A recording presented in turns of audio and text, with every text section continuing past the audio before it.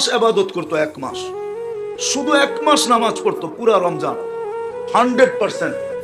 আর 11 মাস যদি নাও পড়তো, আল্লাহ যদি জিজ্ঞাসা করতো কেন পড়িস না, তো আমাদের কাছে জবাব ছিল, খুব খুলায়া জবাব, 1 মাস 70 মাস ছিল, 1 বছরে 12 মাস, 70-এর থেকে 12 বাদ দিয়া দেন, তারপরও তো আমি 58 মাসের পাওনা আপনার কাছে, আপনি আমার কাছে পাবেন কোথেকে?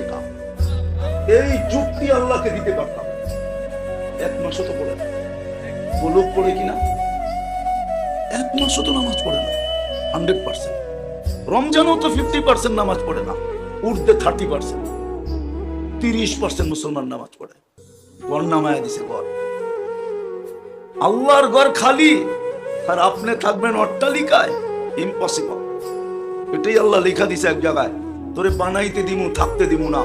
কত মানুষের অট্টালিকা পড়ে আছে ওই জঙ্গলে জঙ্গলে ঘুরতেছে, এই রাত এই বন্ধুর বাড়ি, ওই রাত ওই বন্ধুর বাড়ি, যায়া দেখে বাথরুমও ঠিক মতো নাই, কিন্তু আর বাথরুমই 1 কোটি টাকা খরচ করছে।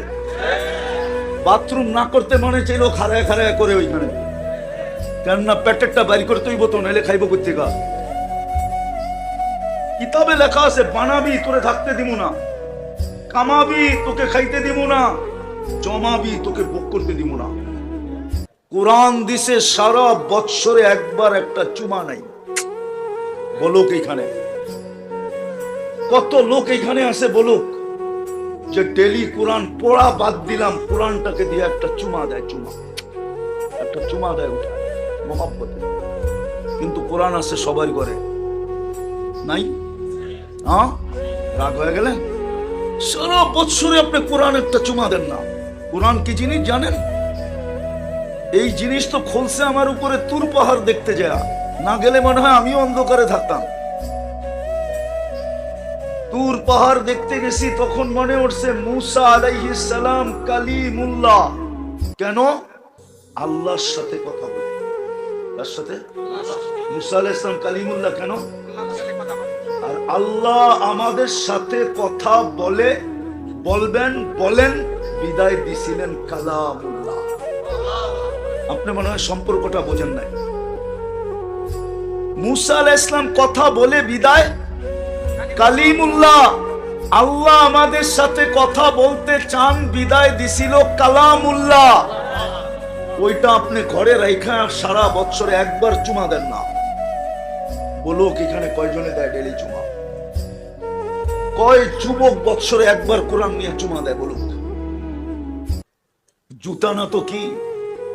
এই জন্যই তো 30 লাখ টাকা লাগে, এই জন্যই তো সমুদ্রে কবর বানাইতে হয়, এই জন্যই তো মেক্সিকোর জঙ্গলে হারায় যেতে হয়। আমি চিনি, আমাকে চিনাইতে হবে না। আমি চিনি, আমার এখানে কান্না সেভ করা আছে। 2019 লস এঞ্জেলিসে আমি বসা ছিলাম ফজরের নাস্তায়, 2টা ছেলের চেহারা দেখা জিজ্ঞাসা করলাম, এই এলোমেলো চুল, ময়লা কাপড়, তোমাদের চেহারা ফ্যাকাশে, আমেরিকাতে বসে আসো মনে তো হয় না। বলছে হুজুর বিকালে আমরা জেল থেকে বাহির হয়ে আসছি, আমাদের আপনজন বলতে কেউ নাই, আমরা খুঁজতে খুঁজতে তাবলিগের মার্কাজে চলে আসছি। আমি বললাম জেলে গেল কেন? বললো মেক্সিকো দিয়া ঢুকতে ছিলাম, পুলিশের হাতে পড়া গেছি, কেস লড়তে লড়তে 3 মাস পরে বাহির হলাম, কেস চলতে থাকবে, জিততে পারলে গ্রিন কার্ড পাবো, নাইলে পাবো না। তো বললাম মেক্সিকোতে কত টাকা দিয়ে আসলে? বলে 30 লাখ। কোথায় প্রথম কোথায় আসছিলে? বলে ভেনিজুয়েলা।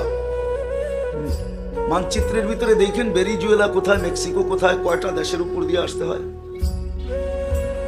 জিজ্ঞাসা করলাম তোমরা 2জনই ছিলাম বা টিম ছিলাম? কিন্তু টিমে আমরা বাংলাদেশি 2-3 জন ছিলাম, আরেকজন কোথায়? তো কাঁদতে ছিল, বলতে ছিল হুজুর মেক্সিকোর জঙ্গলে হারায় গেছে, জানি না ওর পরিণতি কি করছে।